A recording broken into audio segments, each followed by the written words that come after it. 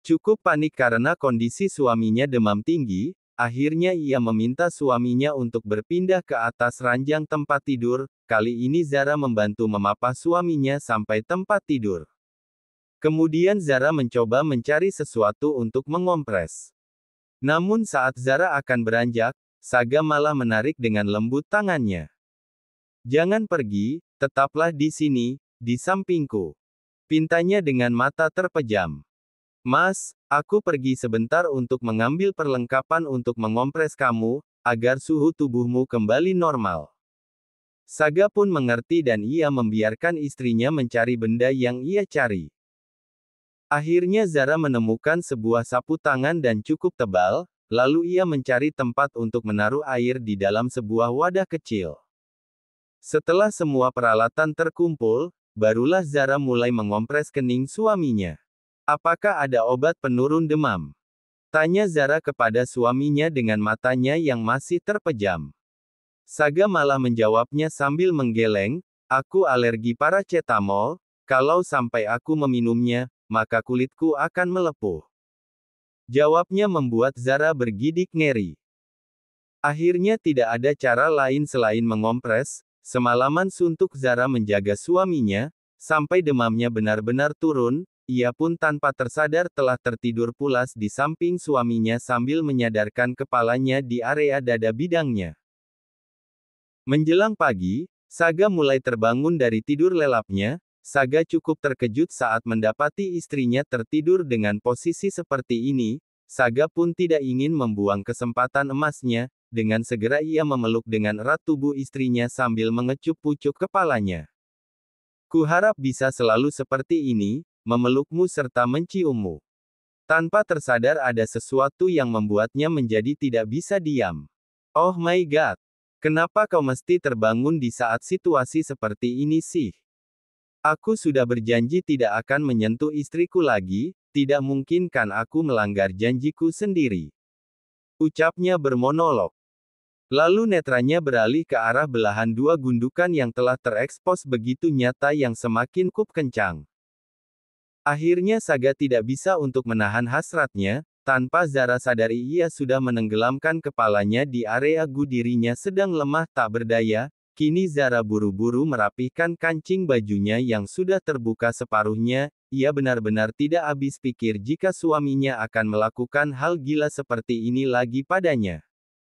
"Mas Saga, kenapa kamu malah ingkar dengan semua janjimu padaku?"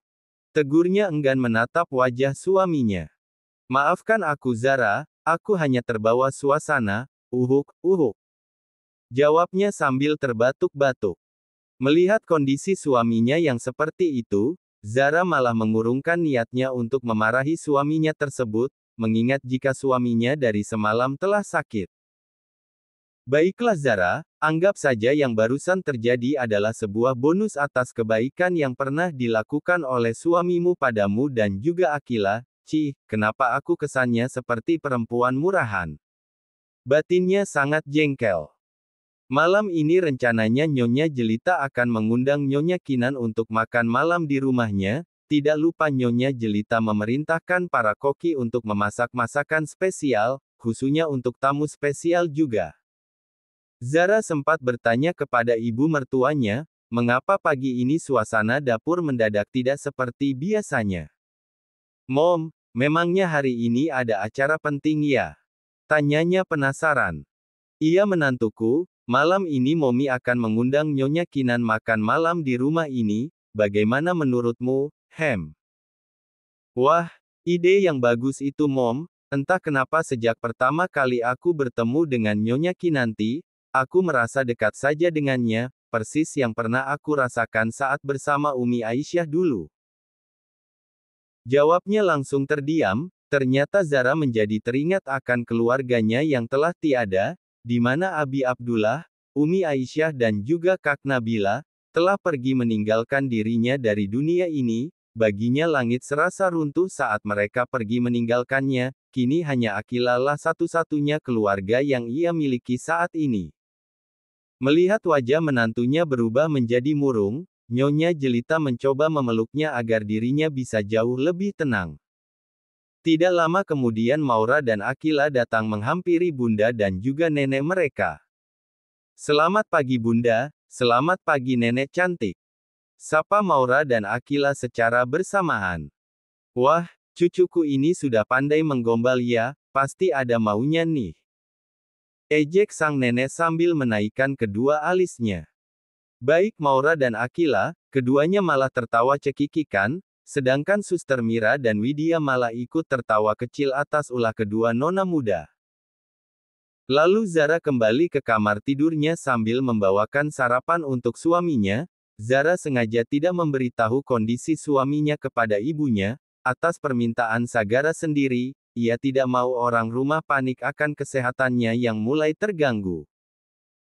Dilihatnya di atas tempat tidur, rupanya saat ini Sagara sedang duduk di atas tempat tidur sambil bersandar di dashboard dan dengan seriusnya berkutat di depan laptop miliknya. Zara salut atas kegigihan suaminya yang tetap menyempatkan diri mengerjakan pekerjaannya, padahal kondisinya sedang sakit. Kemudian Saga kembali terbatuk-batuk. Karena cukup gemas dengan aksi dari suaminya, kini Zara meletakkan sarapan yang ia bawa di atas meja kecil dekat samping tempat tidur, kemudian dengan beraninya ia naik ke atas tempat tidur, lalu mengambil alih laptop milik suaminya, setelah itu menaruhnya tepat di sampingnya. Apa yang kau lakukan sayang?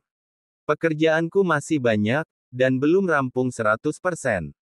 Cetusnya cukup jengkel. Sampai kapan Mas mau mengejar harta dengan cara seperti ini? Sehari tidak mengerjakan pekerjaan kantor tidak akan rugikan. Tidak akan jatuh miskinkan. Omelnya sambil melotot. Entah kenapa, Saga yang semula merasa jengkel dan kesal, kini berubah menjadi tersenyum senang. Iya sayang, aku akan mengikuti semua perintahmu, aku sangat senang ternyata kau begitu perhatian denganku. Jawabnya merona. Hei, kenapa kau jadi salah faham begini? Siapa yang peduli? Aku hanya tidak ingin melihatmu jatuh sakit, yang ada nanti aku terkena omelan Momi, gegara gak becus mengurus suami. Umpatnya dalam hati. Ya sudah, sebaiknya Mas makan dulu, dan aku sudah membuatkan ramuan herbal seperti yang tadi Mas katakan padaku. Good girl, aku kalau demam selalu meminum ramuan herbal itu. Terima kasih sayang, kau begitu perhatian padaku. Jawabnya sambil menggenggam tangan Zara. Diperlakukan seperti itu, tiba-tiba saja Zara merasa kaku dan juga gugup, kemudian ia buru-buru melepaskan genggaman tangan suaminya, lalu bergegas mengambil sarapan untuknya. Tumben menunya bubur ayam. Aku sengaja tadi masak bubur untuk kamu. Momi sempat tanya kenapa aku masak bubur ayam, dan aku terpaksa berbohong jika kamu yang memintanya. Jawabnya penuh rasa sesal. Ya sudah, kalau begitu suapi aku. Pintanya cukup membuat Zara tercekat. Apa, disuapin? Loh kenapa? Memangnya ada yang salah? Tanyanya tanpa dosa. Akhirnya tanpa banyak komentar, Zara menyuapi suaminya sampai makanan tersebut ludes.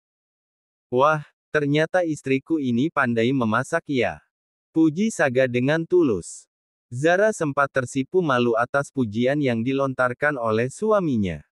Aish, sekarang Mas Saga pandai sekali bergombal, sepertinya mulut pedasnya sudah musnah, syukurlah. Ucapnya dalam hati. Mansion Sastro Wardoyo. Pagi ini Nyonya Kinan merasa sangat bahagia karena telah mendapatkan kabar dari sahabatnya yakni Jelita, bahwa malam ini ia diundang makan malam di rumahnya. Nyonya Kinan sendiri berencana untuk mengajak Sandra dan juga Komisaris Wiratama, karena niatnya datang malam ini ke sana, untuk mengungkapkan sebuah rahasia besar dan harus segera ia beritahukan kepada keluarga Shailendra. Nyonya harus berhati-hati. Jangan sampai ada orang luar tahu jika Nyonya mengunjungi keluarga Shailendra, saya takut musuh besar kita akan mengacaukan semuanya. Tuturnya. Tenang saja Sandra, aku tidak akan mungkin bertindak gegabah. Jawabnya yakin. Kemudian salah satu Artyakni Biksumi, telah membawa sesuatu untuknya. Apa ini Bik? Tanya Nyonya Kinan bingung. Ada paketnya, Barusan si kurir memberikan ini untuk Nyonya. Jawabnya sambil mengasongkan sebuah kotak yang telah dibungkus plastik berwarna hitam. Nyonya Kinan segera membuka bungkusan tersebut. Arkheh, bedebah. Teriaknya sambil melemparkan kotak paket tersebut. Nyonya, Anda tidak apa-apa? Tanya Sandra panik. Tidak San, kau enyahkan bangkai tikus itu dari hadapanku. Sungutnya tersulut emosi. Kurang ajar, ini semua pasti ulahmu Felix. Awas saja, akan aku balas semua perbuatanmu, tinggal tunggu saatnya tiba, aku tidak akan pernah mengampuni dirimu. Batinnya diselimuti emosi yang sudah membuncah.